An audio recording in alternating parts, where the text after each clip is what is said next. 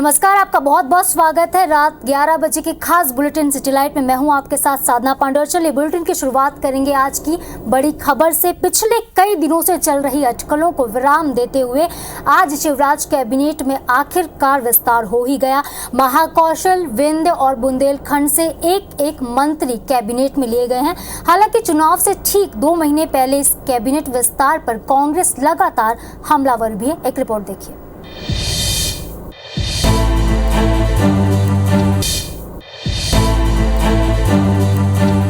के रण के ठीक पहले सीएम शिवराज सिंह चौहान ने अपने कैबिनेट का विस्तार किया है। 3 विधायकों को मंत्री पद की शपथ दिलाई गई है। गौरीशंकर बिसेन और राजेंद्र शुक्ल को कैबिनेट मंत्री बनाया गया। वहीं राहुल लोधी ने राज्य मंत्री पद की शपथ ली। राज्यपाल मंगू भाई पटेल ने तीनों मंत्रियों को शपथ दिलाई। सीएम शिवराज सिंह को मिलाकर कैबिनेट में मंत्रियों की संख्या अब 34 हो गई है। एक पद अभी भी खाली है, जिसे लेकर सीएम ने कहा है कि जरूरत पड़ी तो एक विस्तार और करेंगे।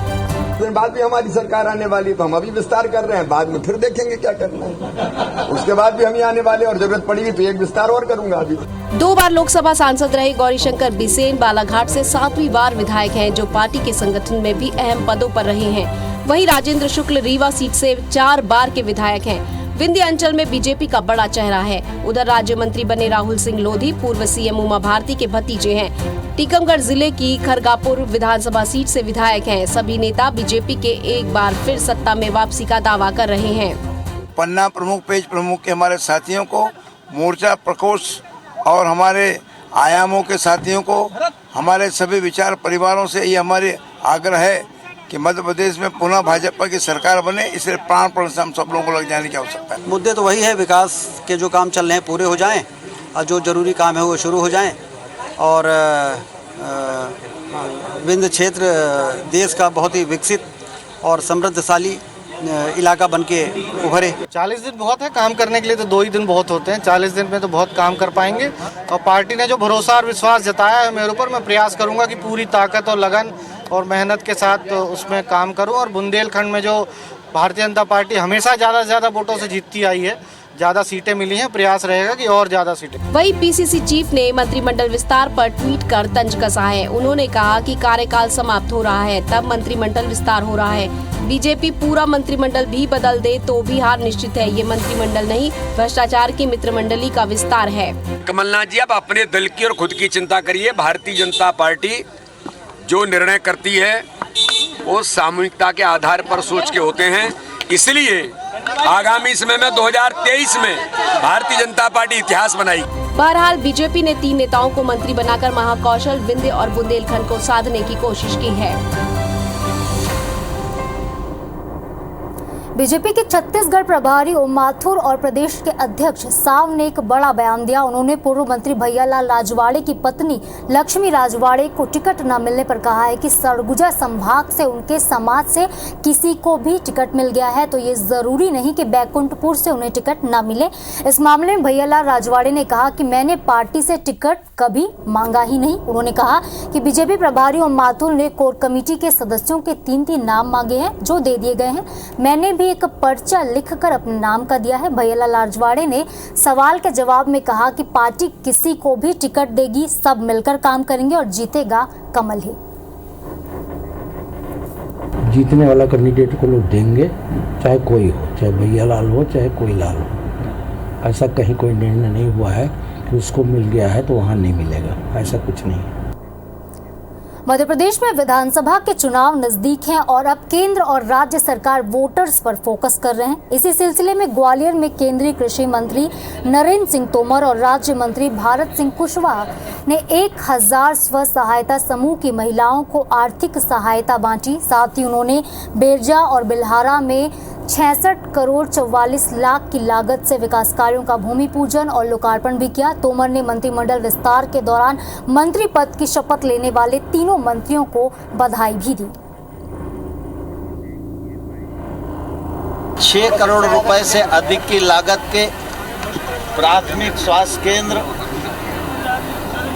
सड़क निर्माण और जन कल्याण की दृष्टि से लोगों को आजीविका मिले तो लाभार्थियों को हित लाभ वितरण किया गया है। इससे निश्चित रूप से बेरजा क्षेत्र में अधोसंरचना बढ़ेगी। रायपुर एयरपोर्ट से रायपुर सिटी और दुर्ग शहर तक चलने वाली सिटी बस के पहिए एक बार फिर थम गए हैं। कोरोना काल के बाद लंबे अंतराल से बंद सिटी बस सेवा लगभग 1 महीने पहले फिर शुरू की गई थी, लेकिन कुछ दिनों के बाद ही एक बार ये सुविधा फिर से बंद हो गई है। बस ऑपरेटर्स का कहना है कि एयरपोर्ट पर सिटी बसों को सही स्थान नहीं मिल रहा है, जिससे पर्याप्त यात्री भी नहीं मिलते। तो दूसरी तरफ सिटी बस चलने से टैक्सी और कैब वालों को तो नुकसान हो ही रहा था। हवाई यात्री एयरपोर्ट पर तत्काल सिटी बस सेवा शुरू किए जाने की मांग दूसरी तरफ कर रहे हैं। ऐसे में देखना होगा कि क्या सिटी बसें रायपुर और दुर्ग के लिए दोबारा शुरू होती या नहीं। सिटी बस सर्विस चालू होनी चाहिए, बहुत दिनों से बंद है। अब पहले चालू थी, अभी बंद है। होना चाहिए, सिटी बस चालू होना चाहिए, उससे बहुत फायदा होता है। स्पेशल जो कैब है उससे इसमें कम ही फेयर रहता है। सिटी बस होना चाहिए। इट्स वेरी हेल्पफुल, बहुत फ़ायदा होता है आसपास के लिए। सिटी बस होती है तो एक सिक्योर प्लेस होता है, वो तो ऑर्गेनाइज होता है। वहीं इंदौर एयरपोर्ट की कनेक्टिविटी को बढ़ाने के लिए लगातार कोशिश की जा रही है, जहां हर हाल में सूरत और राजकोट के लिए फ्लाइट भी शुरू कर दी गई है। तो वहीं अब एयरपोर्ट को नॉर्थ ईस्ट से जोड़ने की कोशिश हो रही है। जल्द ही यहां के लिए फ्लाइट सेवा शुरू हो जाएगी। इंटरनेशनल फ्लाइट के रूप में थाईलैंड की सौगात मिलने की संभावना अब बढ़ गई है, जिसके बाद दुबई के फेरे भी बढ़ जाएंगे, जिससे व्यापार, टूरिज्म, एजुकेशन समेत कई सेक्टर के लिए एक बेहतर स्थिति तैयार होगी।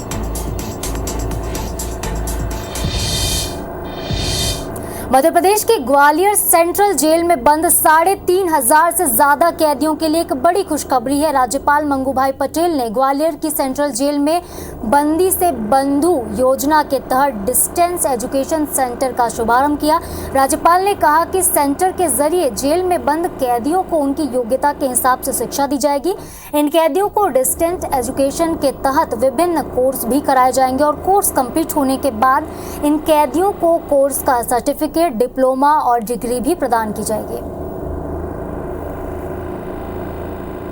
हमारा बंदी से बंधु तक के लिए है। इसमें हमने प्रयास ये किया है कि जो भी हमारे जिला कारागार में जो बंदी हैं, जो सज़ा काट रहे हैं, वो अपने सज़ा के पीरियड के दौरान कुछ न कुछ कौशल वृद्धि करें। और अगली खबर ग्वालियर से है, जहां ऑनलाइन ठग को लोगों ने पीटा है। ऑनलाइन ट्रांजैक्शन के जरिए फर्जीवाड़ा करे युवक की पब्लिक ने जमकर पिटाई कर दी। पिटाई के बाद पब्लिक ने बदमाश को पुलिस के हवाले भी किया। आरोपी युवक पहले दुकानों के सामान खरीदता था और फिर बारकोड को स्कैन कर फर्जीवाड़ा कर ट्रांजैक्शन शो करा देता था। पुलिस ने आरोपी के पास से राजस्थान नंबर की एक बाइक भी बरामद की। पुलिस ने आरोपी युवक को हिरासत में लेकर पूछताछ शुरू कर दी है। ये अपने मोबाइल किसी भी दुकान पे जाता था, सामान का परचेज करता था और पेमेंट के रूप में मोबाइल से ट्रांजैक्शन करके दिखा देता था। बारकोड लेके दुकान वाले का मोबाइल से अपने दिखा देता था कि मैंने पैसे ट्रांजैक्शन हो गया है। लड़का लगभग 18-19 साल का कुछ सामान किसी दुकान, किराने की दुकान से खरीद रहा था। उसका जो बिहेवियर है वो सस्पेक्ट लगा। जब उससे सामान खरीदने के बाद जब उससे पेमेंट करने की बारी आई तो उसने फ़ोनपे से जो ट्रांजैक्शन है, जो पेमेंट है वो करना चाहा। लोगों ने उससे पूछताछ की, मालूम किया तो पता चला कि उसने फ़ोनपे के नाम पे एक डुप्लीकेट ऐप उसने इंस्टॉल कर रखा है, जिसमें किसी भी आदमी का नाम लिखो, अमाउंट लिखो और जैसे ही उसको सबमिट करते हैं तो उसमें पेमेंट सक्सेसफुल दिखाता है। और मध्य प्रदेश में एक बार फिर धर्मांतरण का जिन निकलकर बाहर आया है। नरसिंहपुर की गाडरवारा तहसील में धर्मांतरण के लिए दबाव बनाने का मामला आया है। ग्रामीणों ने डीएफओ पीडी गेब्रियल पर धर्मांतरण के लिए फोर्स करने का आरोप लगाया है। ग्रामीणों का ये भी आरोप है कि जमीन का पट्टा देने के नाम पर उन पर ईसाई धर्म अपनाने का दबाव बनाया जा रहा था। ग्रामीणों ने इस मामले में गाडरवारा एसडीएम और एसडीओपी को ज्ञापन सौंपकर निष्पक्ष जांच के साथ ही डीएफओ पर सख्त से सख्त कार्रवाई और एफआईआर की मांग की है। महोदय के यहाँ ज्ञापन देने के लिए आए कि इनको जो है नरसिंहपुर वन मंडलाधिकारी श्री पीडी गेब्रियल के द्वारा धर्म परिवर्तन के लिए इनको सहायता किया जा रहा है। अपना धर्म छोड़ो गोंडी और अपने ईसाई धर्म में आ जाओ, तो हम क्यों जाएं अपना धर्म छोड़ के? हम यहाँ वनवासी हैं, वनवासी जंगल में ही रहेंगे। हमें धर्म परिवर्तन करने की कोई ज़रूरत नहीं है। आप पट्टा दो अथवा मत दो। अगली खबर धमतरी से है, जहां एक मासूम से हैवानियत के मामले में 22 दिन में ही कोर्ट ने दोषी को सजा सुना दी है। अपर सत्र न्यायाधीश पंकज कुमार जैन ने रेप के दोषी किशोर सारथी को 20 साल का कारावास सुनाया है। धमतरी में पहली बार किसी रेप के केस में दोषी को महज घटना के कुछ ही दिनों में सजा मिली है। घटना 29 जुलाई 2023 की है। कुरु थाना क्षेत्र के एक गांव में किशोर सारथी नाम का शख्स गली में खेल रही 6 साल की बच्ची को चॉकलेट का लालच देकर अपने घर ले गया और दुष्कर्म की वारदात को अंजाम दिया था। जब माता पिता मजदूरी कर घर लौटे तो बच्ची ने उन्हें आपबीती बताई, जिसके बाद परिजन बच्ची को लेकर थाने पहुंचे और आरोपी के खिलाफ केस दर्ज कराया। इस मामले में पुलिस ने अंगारा निवासी आरोपी किशोर सारथी को गिरफ्तार कर 5 दिन में ही पूरी रिपोर्ट कोर्ट में सबमिट की। मामले को गंभीरता से लेते हुए न्यायाधीश ने भी चालान के महज 22 दिन के अंदर ही सुनवाई पूरी की और आरोपी को अब 20 साल कैद की सजा सुनाई गई है, जो ऐतिहासिक फैसला अपने आप में कह सकते हैं। धमतरी जिले के एक प्रकरण में एक नाबालिग के मामले में अपराध पंजीबद्ध कर तत्काल चालान प्रस्तुत किया गया था, जिसमें माननीय न्यायालय के द्वारा आरोपी को 20 साल की सजा सुनाई गई है।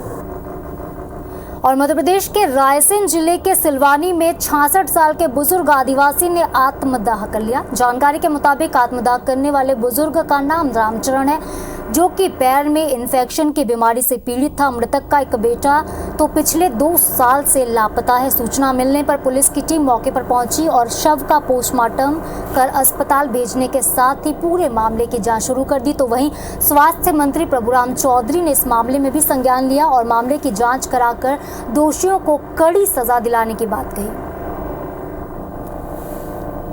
नहीं, मुझे अभी किसी सज्जन ने बताया है, मैंने विभाग को अभी फ़ोन किया है, उसकी पूरी वस्तुस्थिति हम पता कर रहे हैं। जानकारी अगर कोई उसमें लापरवाही होगी तो कार्रवाई की जाए। 10-12 दिन पहले की बात है कि रामचंद्र दादा की बहुत ज़्यादा तबीयत खराब है।